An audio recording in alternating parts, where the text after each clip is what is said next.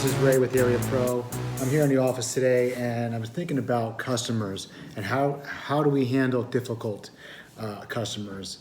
I'm thinking of a situation about a year ago. It was me and one of my helpers at the time.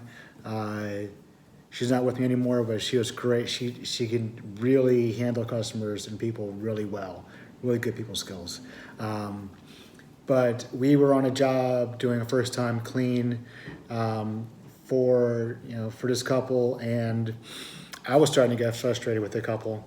I was working on the outside windows and I can see my helper on the inside doing the windows as I'm out water fed pulling the windows, and I can see the customers following her through every room. She'd go in the next room, they were there, and so on and so on. And then she comes out, brings the screens out. We start wiping down and cleaning off the screens. The customer comes out and he proceeds to bring out his leaf blower. And as we have them all standing up, drying, he comes out and he starts crazy. And then he was rearranging them. And so we have a system of, we take each screen out according to what window it's in, and we know the order in which everything comes out and the way it goes back up. So he's like mixing all these screens up, and the way the house is, the windows, each room, most of every other room is pretty mismatched in size, so it's going to be a little difficult getting it back in. So I'm like just pulling out my hair, and Kim looks over and she sees me, and she's like, she can tell us, really getting frustrated. And so she's talking to the customer and, try to get him out of my hair.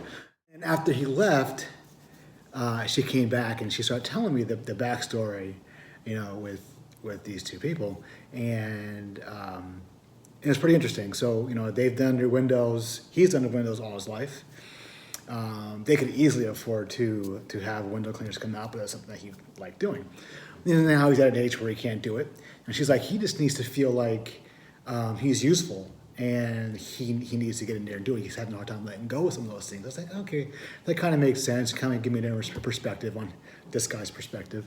And then it turns out his wife is like, battling cancer, and there's a lot of kind of stuff going on in their life. And it was pretty cool. We got done with the job, and they invited us in to the house to have some wine, gave us some really nice chocolates. And we just hung out and talked for a long time, and they were just an amazing couple, man. I just fell in love with them. They were pretty cool. So it was that initial thing of him nitpicking and me projecting my idea of what he was doing onto him when he really wasn't doing what I was thinking he was doing.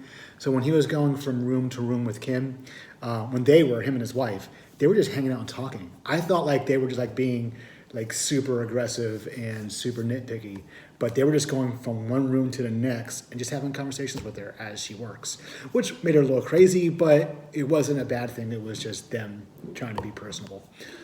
So he took us down to his finished basement where he just totally like pimped out the place. It was amazing.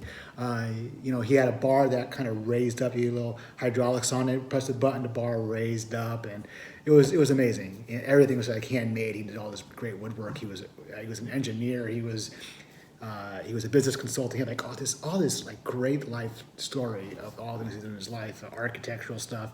And he took me through like some of the rooms and showed me like pictures of him with different presidents and I think different celebrities and stuff. So it was an amazing experience, but I potentially could have not had that experience if I would just wrote him off as a douchebag, as a control freak.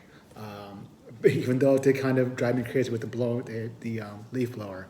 And then we had to spend extra time sorting the screens out because of it. But all that aside, the question is, how do you handle frustrating, difficult customers? And that's still a learning curve for me. Sometimes I'm really good with people. I have good people skills, and it takes a lot to get me mad. So I have a lot of patience. But people can really work on you, especially if you're, you have a really busy season, and every other customer is like, being, nitpicky.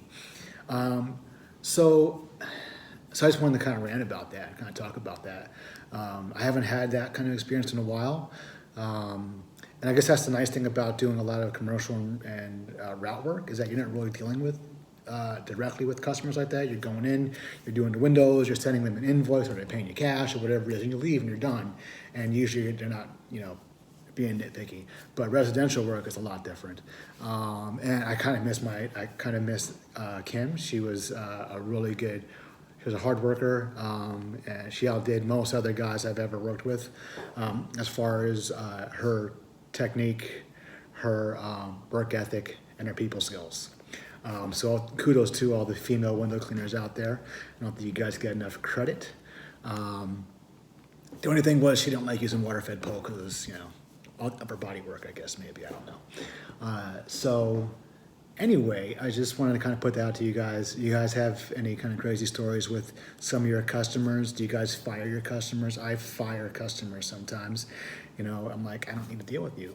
We're done. I won't be rude about it, but I won't call them back. And if they call me back, I might be busy. So anyway, that's my rant.